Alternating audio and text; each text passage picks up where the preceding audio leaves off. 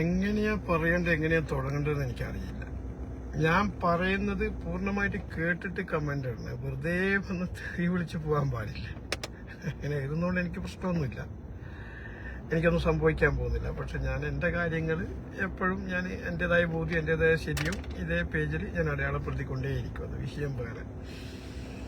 ഞാൻ എല്ലാ ഘട്ടത്തിലും പറയുന്നത് പോലെ തുടക്കത്തിൽ തന്നെ പറഞ്ഞു വെക്കുന്നത്, ഞാൻ കോൺഗ്രസിന്റെ ആശയത്തിൽ വിശ്വസിക്കുന്ന ഒരു വ്യക്തിയാണ്.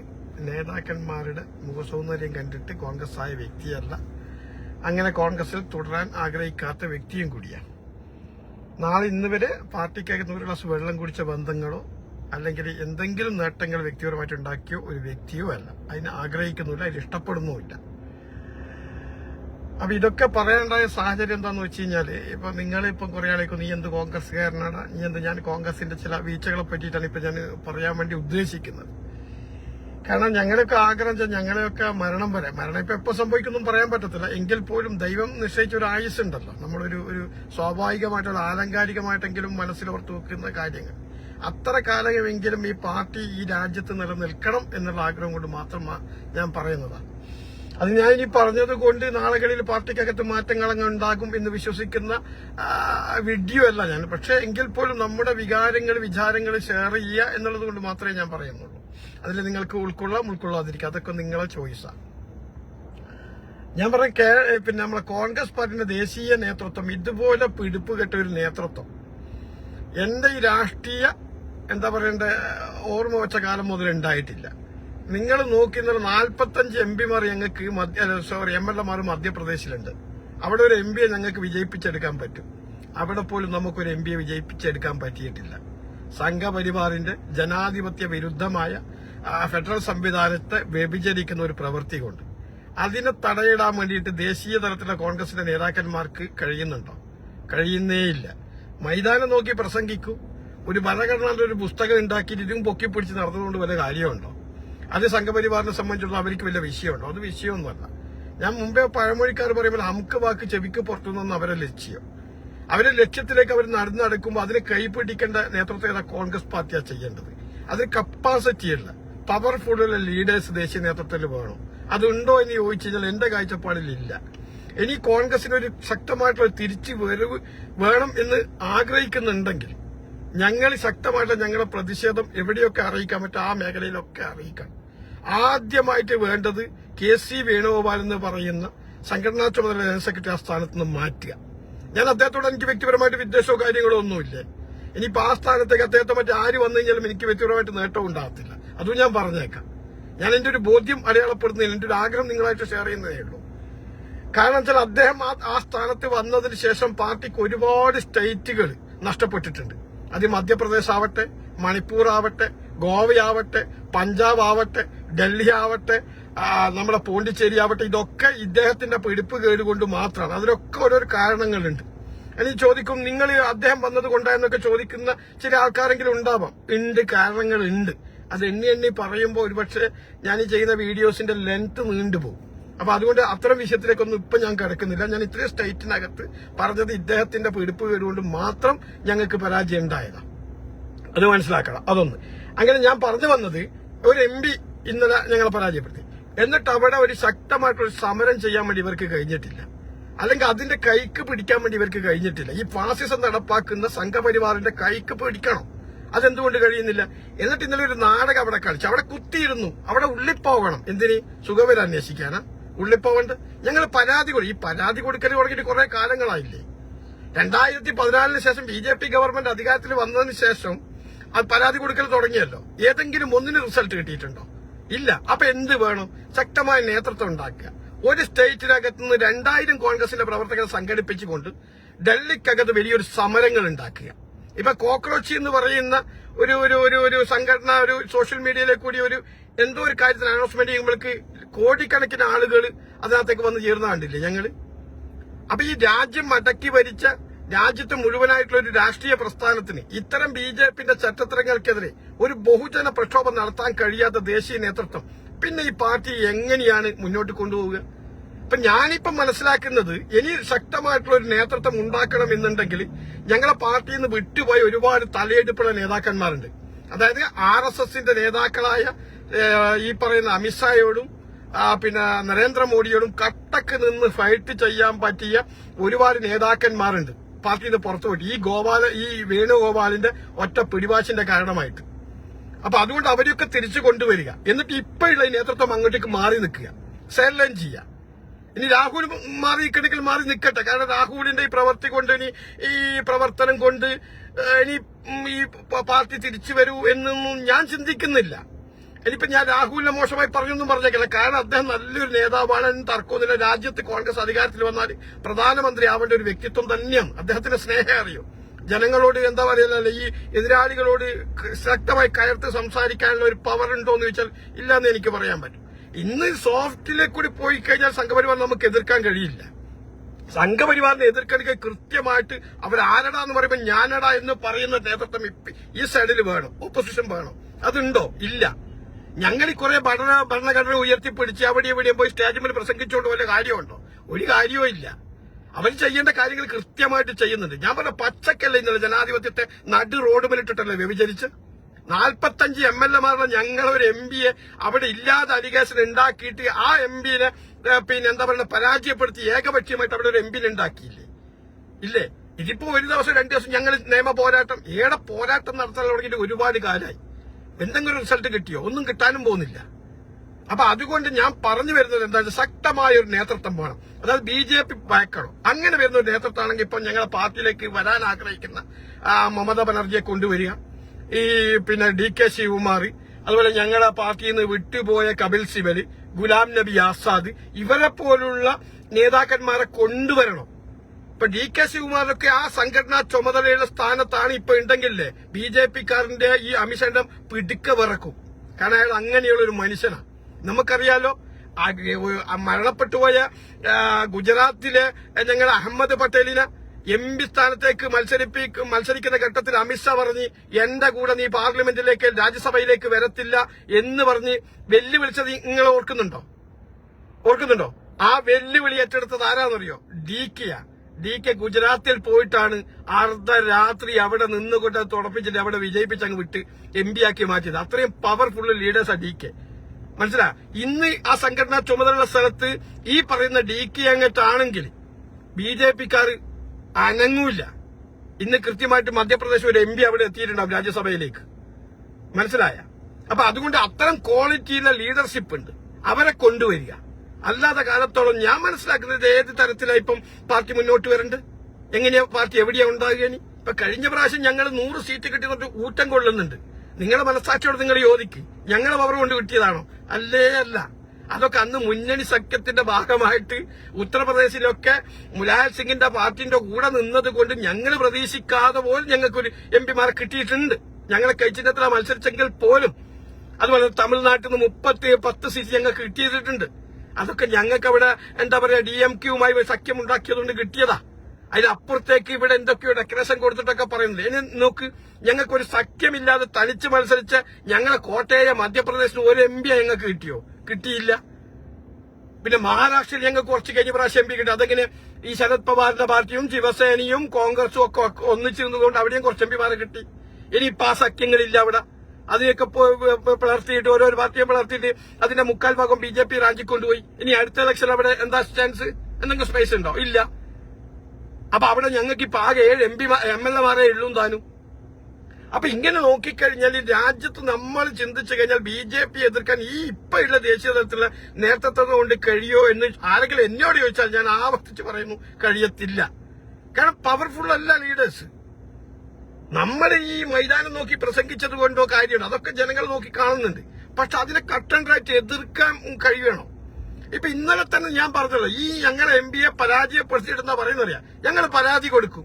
ഇലക്ഷൻ കമ്മീഷൻ, ഏത് ഇലക്ഷൻ കമ്മീഷനെ പറയാൻ? ഇന്ത്യൻ ഇലക്ഷൻ കമ്മീഷനൊക്കെ പരാതി കൊടുക്കുക. നിങ്ങൾ അയാൾക്കെന്താ ഇത് അറിയില്ലേ? ഇന്നലെ ഇത് ഈ ചട്ടത്തരം ചെയ്യുമ്പോ അറിയില്ലേ? ഇനിയിപ്പോ നിങ്ങളെ പരാതി കിട്ടിയിട്ട് രണ്ടാമത് ഇപ്പൊ എന്താ പറയാ റീകൗണ്ടിങ് നടത്തിയില്ലെങ്കിൽ ഇവിടെ വിജയിപ്പിക്കുക. ഒരു ചുക്കും നടക്കൂല. അതൊക്കെ തുടക്കത്തിൽ തന്നെ കൈപിടിക്കണം.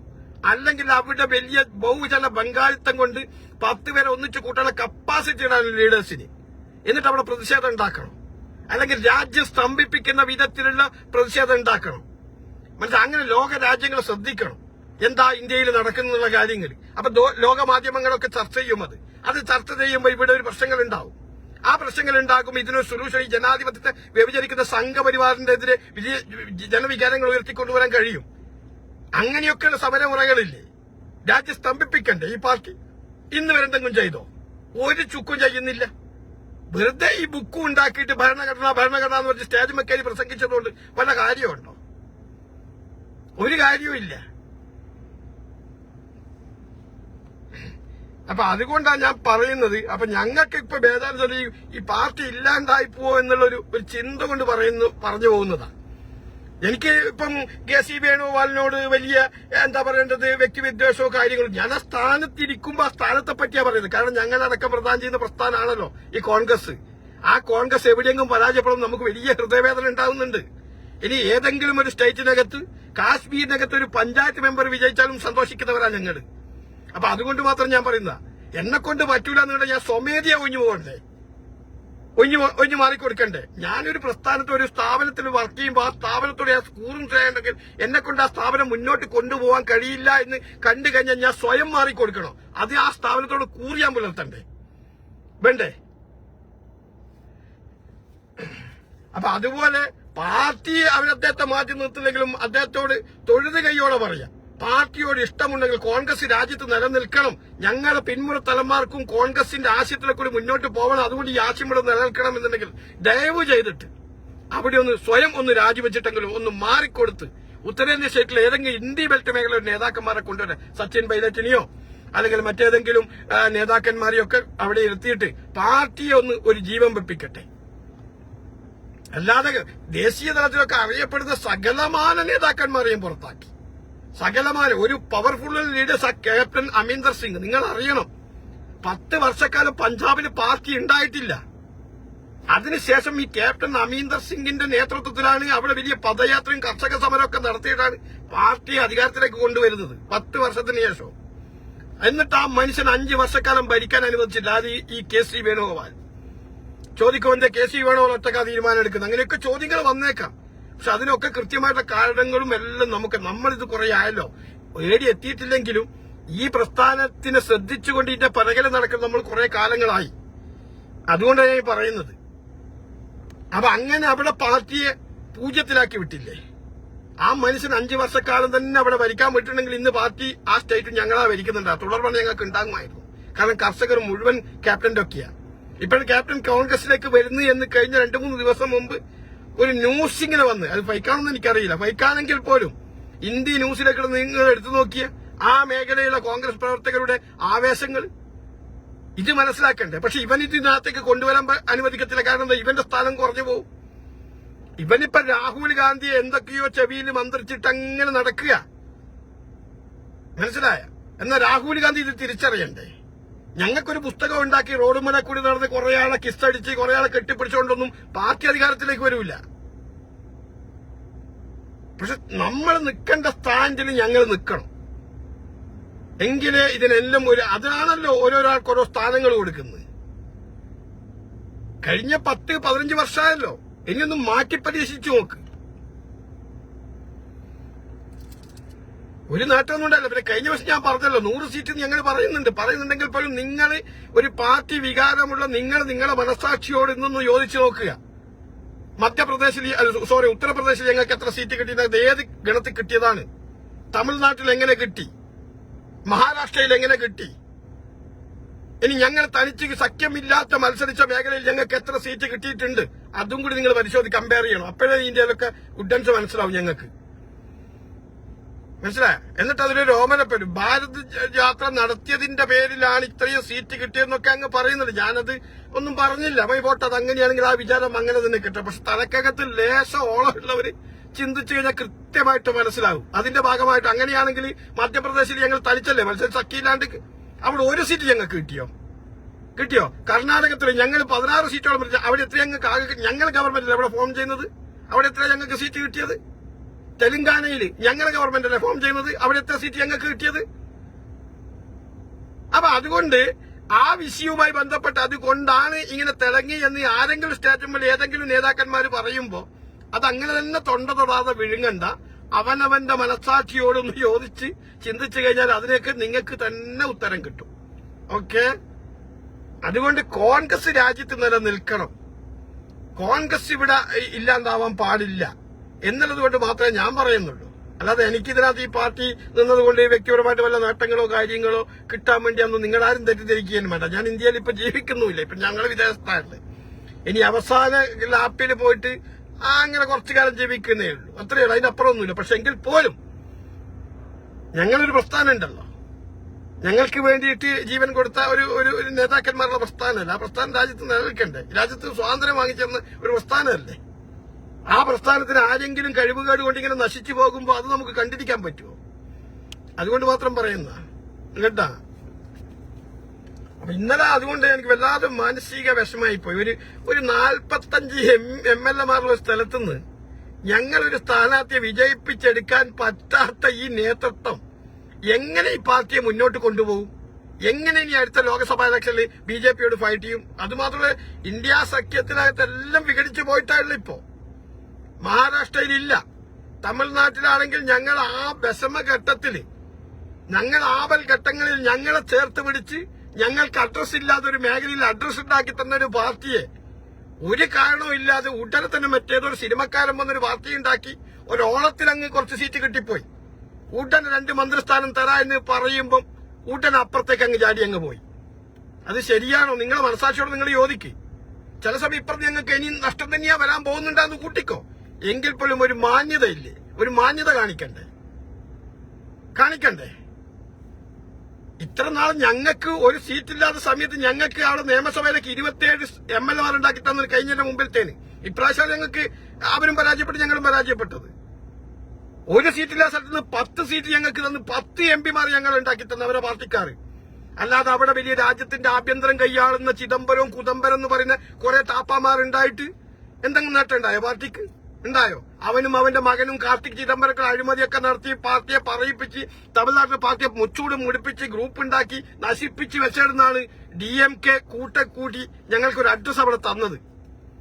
എന്നിട്ട് അത് ഞാൻ പറഞ്ഞല്ലോ, ഇപ്പൊ ഞങ്ങൾക്ക് ഒരു പട്ടിക്ക് 2 നേരത്തെ ഭക്ഷണം കൊടുത്താൽ ആ പട്ടി നന്ദി കാണിക്കും. അതല്ലേ മലപ്പുറത്ത് ഒരു ആമിന ഉമ്മ എന്ന് പറയുന്ന ഒരു ഉമ്മ മരണപ്പെട്ടപ്പോ ഒരു പട്ടിക്ക് 2-3 നേരത്തെ ഭക്ഷണം കൊടുത്തെന്നുള്ളതുകൊണ്ട് ആ മയ്യത്ത് മറമാടിയ സ്ഥലത്ത് പള്ളിക്കാറ്റിൽ വരെ ആ പട്ടി പോന്ന് അതുവരെ നന്ദി കാണിക്കുന്നില്ലേ? മനുഷ്യന്മാർക്ക് ആ നന്ദി പോലും കാണിക്കാൻ അറിയത്തില്ല. താൽക്കാലിക പ്രതിഭാസത്തിന്റെ കൂടിയല്ല പോകേണ്ടത്. ഞങ്ങൾ സ്ഥായിയായിട്ട് നിലനിൽക്കുന്നവരോടൊപ്പം നിൽക്കുക.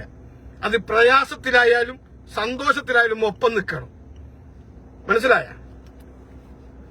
അല്ലാതെ ഏതെങ്കിലും 1-2 മന്ത്രിസ്ഥാനം തരും എന്ന് പറഞ്ഞിട്ട് പിറയെ ഭക്തന്മാരുണ്ട്. 62 കൊല്ലമായി കോൺഗ്രസിനൊരു മന്ത്രിസ്ഥാനമില്ല തമിഴ്നാട്ടില്.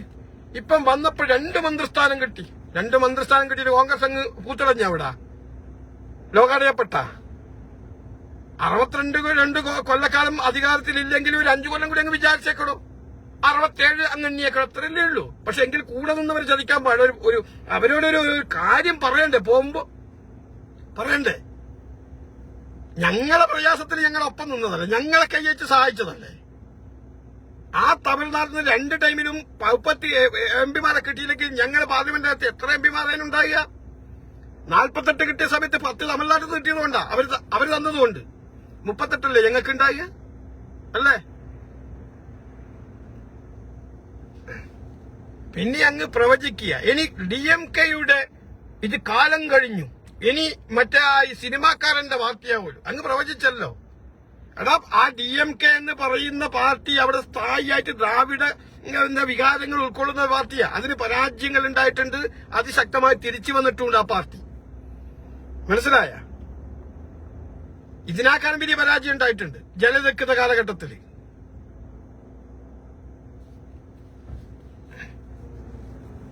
ആ സ്റ്റാലിന് രാഹുൽ ഗാന്ധിയെ BJP കടന്ന് ആക്രമിക്കുന്ന ഘട്ടത്തിൽ ഞാൻ മനസ്സിലാക്കുന്നത് കോൺഗ്രസിന്റെ നേതാക്കന്മാർ പോലും രാഹുലിനെ പ്രൊട്ടക്ട് ചെയ്തിട്ടില്ല. അത്തരം ഘട്ടങ്ങളിൽ പോലും ഈ സ്റ്റാലിൻ എന്ന് പറയുന്ന വലിയ മനുഷ്യനാണ് രാഹുൽ ഗാന്ധിക്ക് വേണ്ടിയിട്ട് പ്രൊട്ടക്ട് ചെയ്ത് സംസാരിച്ചതും പ്രധാനമന്ത്രിയുടെ മുഖത്ത് നോക്കിയിട്ടൊക്കെ കാര്യങ്ങൾ സംസാരിച്ചതും പറഞ്ഞതൊക്കെ. അതൊക്കെ നമ്മളെ മനസ്സിനകത്ത് പോകത്തില്ല. കാരണം ഞങ്ങൾ ഈ പാർട്ടി കൊണ്ട് ജീവിക്കുന്നതല്ലല്ലോ. ആരെങ്കിലും പൊട്ടി താങ്ങിയിട്ട് അവരുടെ ഒപ്പം ഇഷ്ടത്തിന് നിന്നിട്ട് എന്തെങ്കിലും ഏടിക്കളയാ എന്നുള്ളത് ഇല്ലാത്തത് കൊണ്ട് ഞങ്ങൾക്ക് ഞങ്ങൾക്ക് കാര്യങ്ങൾ പറയാൻ പറ്റും.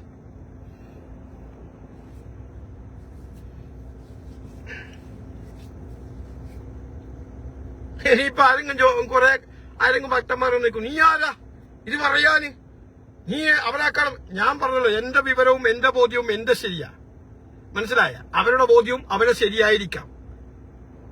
ആ ശരി എന്റെ ശരിയാക്കി നിങ്ങൾ മാറ്റണ്ട, മനസ്സിലായ? പിന്നെ അവരൊന്നും ദൈവപുത്രന്മാർ അങ്ങ് ഡയറക്റ്റ് വന്ന് ഇറങ്ങി ഭൂമിയിലേക്ക് വന്നവരൊന്നും ഞങ്ങളെപ്പോലെ തന്നെയാണ്. അവരത് തൊഴിലാക്കി അങ്ങോട്ട് പോയി, ഞങ്ങൾ മറ്റൊരു തൊഴിലേക്ക് കണ്ടെത്തി ഞങ്ങൾ ഇങ്ങോട്ട് വന്നു. അത്രയേ ഉള്ളൂ, അത്രേ കാണണ്ടു കേട്ടാ.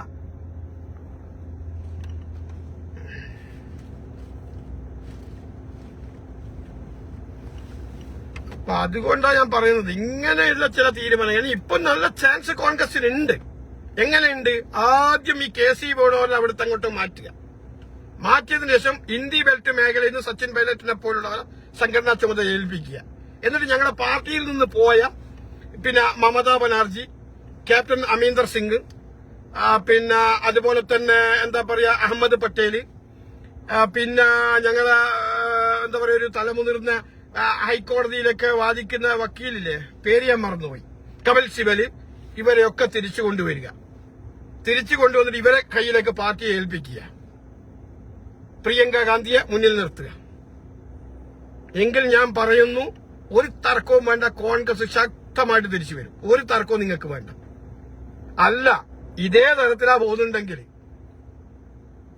പിന്നെ കർണാടകത്തിൽ DK പോകുന്നുണ്ട്, അത് നമുക്ക് ആര് വന്നാലും അത് പോകത്തില്ല, അത് ഞങ്ങൾ സ്ഥിരമായി ഉറപ്പിക്കാം.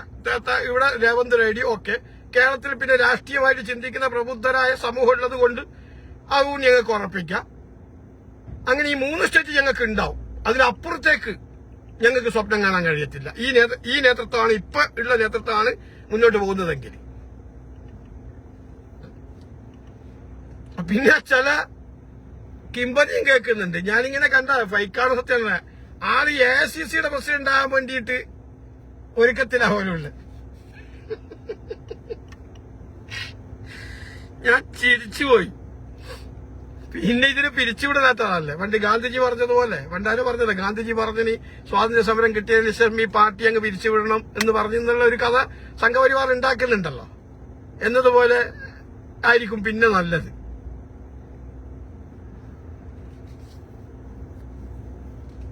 ഒരു കാലഘട്ടത്തിൽ നിങ്ങൾ നോക്കിയ കോൺഗ്രസിന്റെ ആ സുവർണ കാലം, ഇപ്പോഴും കോൺഗ്രസിന് ഒരു കോട്ട എവിടെയും സംഭവിച്ചിട്ടില്ല.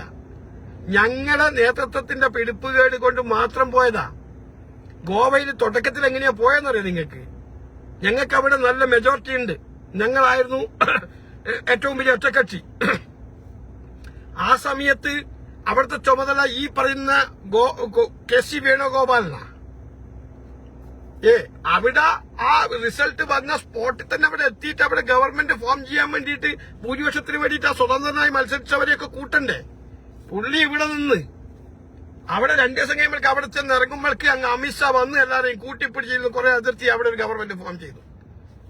അതങ്ങ് പോയി കിട്ടി. പിന്നെ തിരിച്ച് ഞങ്ങൾ കിട്ടിയിട്ടില്ല, സ്വപ്നം കാണാൻ കിട്ടിയില്ല. ഗോവ കോൺഗ്രസിന്റെ കുത്തക തറവാടായിരുന്നു. മണിപ്പൂർ ഇതുപോലെ സംഭവം, അവിടെ 2 സീറ്റേ കുറവുണ്ടായിട്ടുള്ളൂ. അന്ന് ആ ഗവൺമെന്റ് ഫോം ചെയ്യാനുള്ള ചുമതല ഇന്നത്തെ ഞങ്ങളെ കേരള സ്റ്റേറ്റ് ഭരിക്കുന്ന ആഭ്യന്തരമന്ത്രിക്കായിരുന്നു. പുള്ളിക്കാരനും ഇതുപോലെ ആടിപ്പാടി അങ്ങെത്തുമ്പോഴേക്ക് അവിടെയും ഈ 2 ഘടകകക്ഷിനൊക്കെ കൂട്ടിയിട്ട് BJP അവിടെ ഗവൺമെന്റ് ഫോം ചെയ്ത് കഴിഞ്ഞു. ശുഭം അവ അങ്ങ് പോയി കിട്ടി. ഇതൊക്കെ കഴിഞ്ഞിട്ട് പോണ്ടിച്ചേരിയിലൊരു വിഷയം വന്നു. മനസ്സിലാക്കണം നിങ്ങൾ, ഇതെങ്ങനെയാ പോയെന്ന് ഞാൻ പറഞ്ഞല്ലോ. പാർട്ടിക്ക് അണികളില്ലാഞ്ഞിട്ടോ അല്ലെങ്കിൽ പാർട്ടിക്ക് വോട്ട് ചെയ്യാഞ്ഞിട്ടോ ഒന്നുമല്ല. പോണ്ടിച്ചേരി അവിടെ BJPക്ക് ഒരൊറ്റ സീറ്റ് ഉണ്ടായിട്ടില്ല. ഞങ്ങളെ തൊട്ടടുത്ത മാഹിക്കപ്പുറമുള്ള കേന്ദ്രഭരണ പ്രദേശമാണ്. നാരായണസ്വാമിയാണെന്ന് തോന്നുന്നു, എന്റെ ഓർമ്മ ശരിയാണെങ്കിൽ, അവിടെ കോൺഗ്രസിന്റെ മുഖ്യമന്ത്രിയായിട്ട് അവിടെ പിന്നെ ഭരിക്കുന്നത് അന്ന്. അപ്പൊ അന്ന് അവിടെ പാർട്ടിക്കകത്ത് ചില അഭിപ്രായ വ്യത്യാസങ്ങൾ കോൺഗ്രസിനകത്ത് സ്വാഭാവികമായിട്ട് ഉണ്ടാവുമല്ലോ, എല്ലാവരും ഉണ്ടാവില്ലേ. അപ്പൊ അതിനെ പരിഹരിക്കുക, ആ പ്രശ്നങ്ങൾ രമ്യമായിട്ട് എല്ലാവരെയും സമീപത്തിലേക്ക് കൊണ്ടുവന്നിട്ട് ഒരു സമീപനവാദം സ്വീകരിക്കേണ്ടൊക്കെ ഉത്തരവാദിത്വം ഈ ദേശീയ നേതൃത്വത്തിൽ സംഘടനാ ചുമതല വഹിക്കുന്ന പുള്ളിക്കൊക്കെയാണ് ഉണ്ടാവില്ല. അങ്ങനെയാണ് അഹമ്മദ് പട്ടേലിൽ ഇരിക്കുന്ന കാലഘട്ടത്തിൽ അങ്ങനെയാ ചെയ്തത്. കാരണം എവിടെയെങ്കിലും സ്റ്റേറ്റിനകത്ത് ഒരു വിഷയങ്ങൾ ഉണ്ടെങ്കിൽ അവിടെ പറന്നിറങ്ങി അവിടുത്തെ പ്രശ്നങ്ങൾ രമ്യമായി പരിഹരിച്ച് അങ്ങനെയൊക്കെയാണ് പാർട്ടിയെ ഒരു പോറൽ പോലും മേൽക്കാതെ മുന്നോട്ട് കൊണ്ടുപോയത്. പക്ഷെ അവർക്കൊക്കെ പാർട്ടിയോട് കൂറുണ്ട്, പാർട്ടി നിലനിൽക്കണം എന്നുള്ളൊരു ചിന്ത ആ നേതാക്കന്മാർക്കുണ്ട്. പക്ഷെ ഇവർക്ക് അങ്ങനെയില്ല. ഇവർക്ക് ഞങ്ങളവിടെ നിറഞ്ഞാ മതി, എന്നിട്ട് ഷോ കളിക്കുക, എന്നിട്ട് പാർട്ടി ലേബിളിൽ ഞാൻ എന്തോ സംഭവം നിർത്തി പാർട്ടി കൊടുക്കുന്ന എല്ലാ ആനുകൂല്യത്തിലും ഇങ്ങനെ കടന്ന് പിടിച്ച് അങ്ങനെ എന്നിട്ട് ആരെങ്കിലും സിമ്പതി പിടിച്ചു പറ്റാൻ വേണ്ടി ഏതെങ്കിലും വഴിപോക്കിലെ കൂടി പോകുമ്പോൾ രണ്ടാളെ കെട്ടിപ്പിടിക്കുക, എന്റെ വാപ്പട്ടവരാ, എന്നിട്ട് അതിന്റെ വീഡിയോ എടുക്കാതെ പ്രചരിപ്പിക്കുക. ഇതാ പാർട്ടി പ്രവർത്തനം അല്ല, അതൊന്നും ചെയ്യണ്ട. പക്ഷെ പാർട്ടിക്കകത്ത് അങ്ങനെ അസ്വാരസ്യങ്ങളാകുമ്പോൾ അവിടെ ഇറങ്ങി പോവുക, പ്രശ്നങ്ങൾ പരിഹരിക്കുക, പാർട്ടിയെ നിലനിർത്തുക. അങ്ങനെ പോണ്ടിച്ചേരിയുടെ വിഷയം വന്നു. അപ്പൊ അന്ന് ഈ പ്രാവശ്യമല്ല, ആദ്യം ഉമ്മൻചാണ്ടി ഗവൺമെന്റ് താഴെ പോകുന്ന ആ കാലഘട്ടത്തിലാണ് പോണ്ടിച്ചേരി ഞങ്ങൾക്ക് നഷ്ടപ്പെടുന്നത്. അപ്പൊ അന്ന് കേരളത്തിനകത്ത് ഇലക്ഷൻ പ്രചാരണം നടക്കുക. അപ്പൊ അന്നേരം നമ്മുടെ പ്രശ്നങ്ങൾ നടക്കുന്നത് ഇവിടെ ഈ പോണ്ടിച്ചേരിയിൽ. അപ്പൊ സ്വാഭാവികമായിട്ട് ഈ പുള്ളിയും രാഹുൽ ഗാന്ധിയും വയനാടുണ്ട്. അപ്പൊ അതിനു മുമ്പ് ആ പറയുന്ന അവിടുത്തെ നേതാക്കന്മാർ ഈ ദേശീയ തലത്തിലെ രാഹുൽ ഗാന്ധിയെ കാണാൻ വേണ്ടിയിട്ട് എന്താ പറയാ, അതിന്റെ ഡേറ്റ് ചോദിച്ചിട്ട് അതൊന്നും നിഷേധിച്ച് അവർക്ക് കാണാൻ അനുവദിച്ചില്ല. അപ്പൊ അങ്ങനെ ഇവിടെ പ്രചാരണം നടത്തുകൊണ്ടിരിക്കുമ്പോഴാണ് പോണ്ടിച്ചേരിയിൽ നിന്ന് വരിയായി എല്ലാം BJPയിലേക്ക് പോയി. ഈ പുള്ളിക്കാരൻ എവിടെയാണുള്ളത്? രാഹുൽ ഗാന്ധി മാനന്തവാടി ചുരത്തുമ്പലാണുള്ളത്. ആളെ ഒരു സൈഡിലെ കടയെ കഴിഞ്ഞിട്ട് മിച്ചർ വാരി തിന്നുക, കട്ടൻ ചായം വെച്ചിട്ട്, എന്നിട്ട് അതിന്റെ ഷൂട്ട് കിടക്കുക അവിടെ. ഇവിടെ ഒരു സ്റ്റേറ്റ് അങ്ങനെ തന്നെ കോൺഗ്രസിന്റെ എംപിമാരെ ഒരു MLA ഇല്ലാത്ത BJP കോൺഗ്രസിന്റെ MLA അങ്ങനെ തൂക്കിയെടുത്തിട്ട് അവിടെ ഗവൺമെന്റ് ഫോം ചെയ്യുക. ചിന്തിക്കണം നിങ്ങൾ. അങ്ങനെയാണ് പോണ്ടിച്ചേരി ഞങ്ങൾക്ക് നഷ്ടപ്പെടുന്നത്.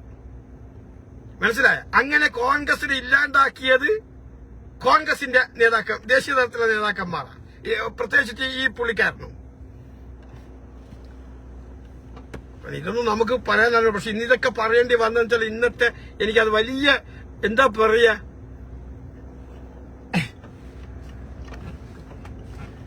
അപ്പൊ അതുകൊണ്ട് ഒരു MP ഇത്ര എന്തായാലും ഒരു MPനെ വിജയിപ്പിച്ചെടുക്കാൻ കഴിയാത്ത നേതൃത്വം. ഞാൻ അങ്ങോട്ട് ചിന്തിച്ചു, ഇനി എങ്ങനെയാണ് ഇത് മുന്നോട്ട് പോവുക, എങ്ങനെയാണ് BJPക്കെതിരെ ഫൈറ്റ് ചെയ്യുക, ഇവരെ വെച്ചിട്ടാ.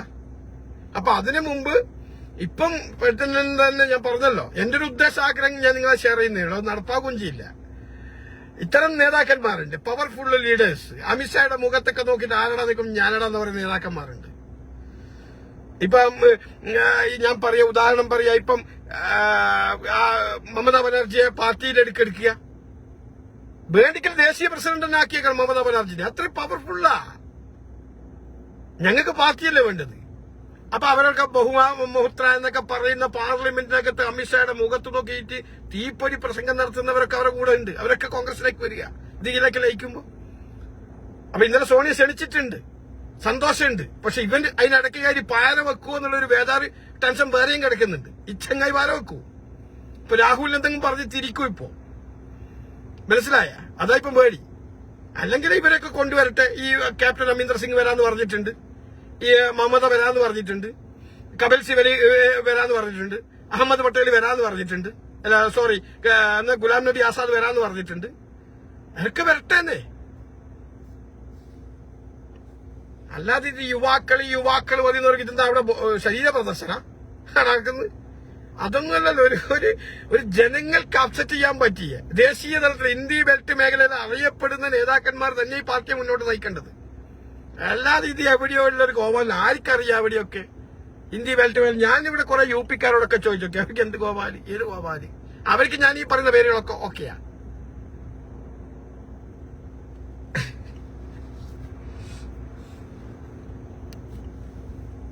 അപ്പൊ ഞാൻ ഇത് പറയുമ്പോ എനിക്ക് ഞാൻ ആവർത്തിച്ച് പറയുന്നത് എന്താണ്, എന്നെ തെറ്റിദ്ധരിക്കേണ്ട എന്നുള്ളത് കൊണ്ടാ. മനസ്സിലായ? എനിക്ക് അദ്ദേഹത്തോട് വ്യക്തിപരമായിട്ട് വിദ്വേഷമോ കാര്യങ്ങളോ ഒന്നുമില്ല. ആര് വന്നാലും നമുക്ക് കണക്കാം. പക്ഷെ എന്നെ സംബന്ധിച്ചിടത്തോളം നമ്മൾ പാർട്ടി നിലനിൽക്കണം. മനസ്സിലായ? ഒന്നും വേണ്ട. ഇയാളെ ഈ കഴിഞ്ഞ കേരളത്തിനകത്ത് ഇപ്പൊ ഞങ്ങൾ വലിയ മെജോറിറ്റിയിൽ വന്നില്ലേ, ഏകദേശം 10 ദിവസക്കാലം ഈ പാർട്ടിയെ സമൂഹത്തിന് മുമ്പിൽ കൊത്തി വലിക്കാൻ ഇട്ട് കൊടുത്തവന്റെ പേരെന്താന്ന് വെച്ചാൽ നിങ്ങൾക്ക് അക്ഷരം തെറ്റാതെ പറയാൻ പറ്റൂലേ? അവസാനം ഇവിടുത്തെ ജനങ്ങളുടെ പ്രതിഷേധം ഭയന്നിട്ടാണല്ലോ പിന്നെ VDSന് ആ സ്ഥാനം കിട്ടിയത്. അല്ലെങ്കിൽ എന്തായിരിക്കുമായിരുന്നു അവസ്ഥ ഇവിടുത്തെ? പക്ഷെ ആ ഘട്ടത്തിൽ ഞാൻ എന്റെ മനസ്സിനകത്ത് അദ്ദേഹം തന്നെ വരട്ടെ എന്നൊരു താല്പര്യം എനിക്കുണ്ട്. കാരണം എന്താ പറയുക, എന്നാൽ ദേശീയ തലത്തിൽ കോൺഗ്രസ് രക്ഷപ്പെടുമല്ലോ. അങ്ങനെ നമ്മളെ പാർട്ടിക്ക് ഒരു തകർച്ച ഉണ്ടാവാതിരിക്കാൻ വേണ്ടി ഞാൻ ഒരു ഘട്ടത്തിൽ അദ്ദേഹം വന്നോട്ടെ എന്നൊരാഗ്രഹം ഉണ്ടായിട്ടുണ്ട്. മനസ്സിലായ? എന്നാ പിന്നെ അവിടെ ശല്യം ഒഴിവായി കിട്ടുമല്ലോ. അവിടെ നമ്മളെ പാർട്ടി ഏതായാലും ദേശീയ തലത്തിൽ ഉഷാറാവുമല്ലോ. ഈ ഒരു സ്റ്റേറ്റ് പിന്നെ കേരളത്തിലെ ജനങ്ങൾ പ്രബുദ്ധരായതുകൊണ്ട് ഇവിടെ നമ്മൾ രാഷ്ട്രീയം പറയേണ്ട ആവശ്യമൊന്നുമില്ല.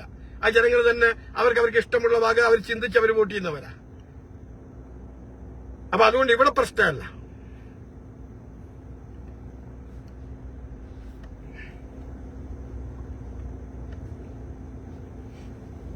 അപ്പൊ അങ്ങനെയൊക്കെ ഉണ്ട്.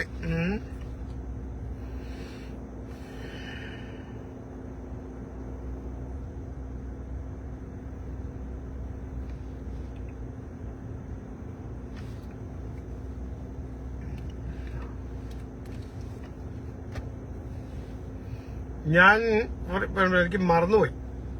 എന്തെങ്കിലും നിങ്ങൾ ഐഡിയ നിങ്ങൾക്ക് ഇട്ടെങ്കിൽ അറിയണമെന്നുണ്ടെങ്കിൽ ചോദിക്കാം. അപ്പൊ ഞാൻ പറഞ്ഞുതരാം. ഞാൻ പറഞ്ഞല്ലോ, എനിക്ക് വലിയ മാനസിക വിഷമാണ്. അതായത് അതൊരു നിർണായക ഘട്ടത്തിൽ എന്നൊക്കെ പറയുമ്പോൾ ഒരു ബില്ലൊക്കെ ഫോം ചെയ്ത് പാസ്സാക്കുന്ന ഘട്ടമല്ലേ. അപ്പൊ ഞങ്ങൾക്കൊരു MP കിട്ടിയാൽ അത് ഇത്രയും വലിയ ഒരു കാര്യമാണ്. അപ്പോ ആ MP പോലും ഞങ്ങൾക്ക് വിജയിപ്പിച്ചെടുക്കാൻ പറ്റിയിട്ടില്ല എന്ന് പറയുമ്പോ ഞാൻ പറയുന്നില്ല കൂടുതലൊന്നും.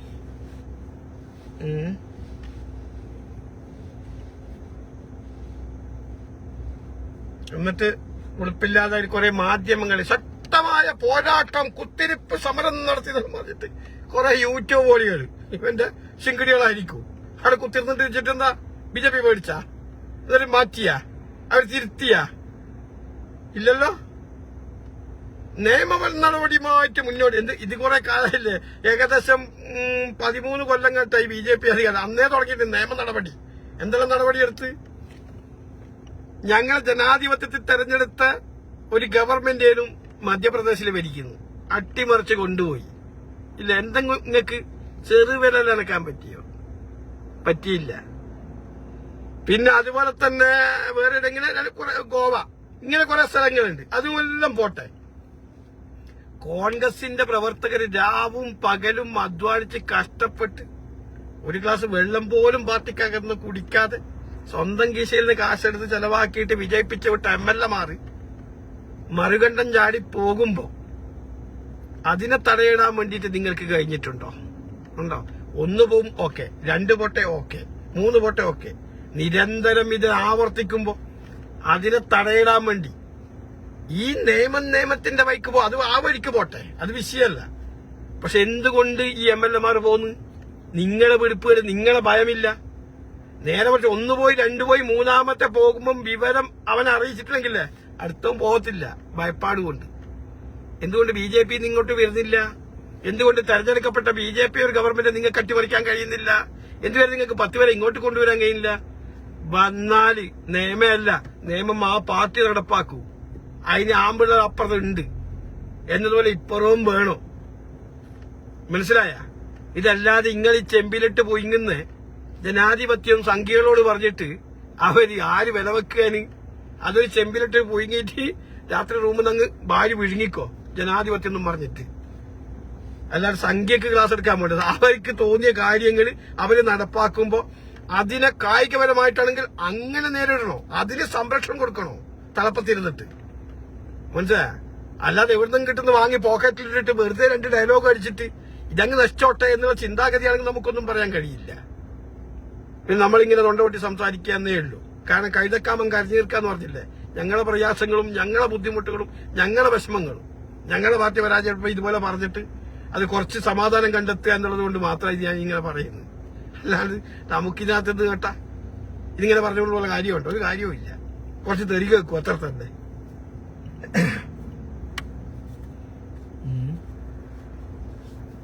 അപ്പൊ ഏതായാലും പ്രിയപ്പെട്ടവരെ, ഞാനങ്ങ് അവസാനിപ്പിക്കുകയാണ്. ഞാൻ പറഞ്ഞ ഏതെങ്കിലും വാക്കിനകത്ത് ഏതെങ്കിലും കോൺഗ്രസ്സുകാരനിക്ക് ശബ്ദം ശ്രവിക്കുന്ന വല്ല പ്രയാസങ്ങളോ വിഷമങ്ങളോ ഉണ്ടാക്കിയിട്ടുണ്ടെങ്കിൽ ഞാൻ ആവർത്തിച്ച് മുമ്പേ പറഞ്ഞതുപോലെ തന്നെ പറയുന്നു. ഞാൻ ഒരാളെ ഇതും കണ്ടിട്ട് കോൺഗ്രസിന് വേണ്ടി വാദിക്കുന്ന വ്യക്തിയേ അല്ല. ഞാൻ കോൺഗ്രസിന്റെ ഐഡിയോളജിയും കോൺഗ്രസിന്റെ നിലപാടും കോൺഗ്രസ് എന്ന് പറയുന്ന ഒരു വികാരം, ഇന്ത്യയുടെ ഹൃദയമിടിപ്പാ കോൺഗ്രസ്, അതിവിടെ നിലനിൽക്കണം എന്നുള്ളത് കൊണ്ട് മാത്രം പറഞ്ഞതേ ഉള്ളൂ. കാരണം എന്താ വെച്ച് കഴിഞ്ഞാല് നിങ്ങളെ മനസാക്ഷിയോട് നിങ്ങൾ ചോദിച്ചു കഴിഞ്ഞാൽ തന്നെ നിങ്ങൾക്ക് ഉത്തരം കിട്ടും.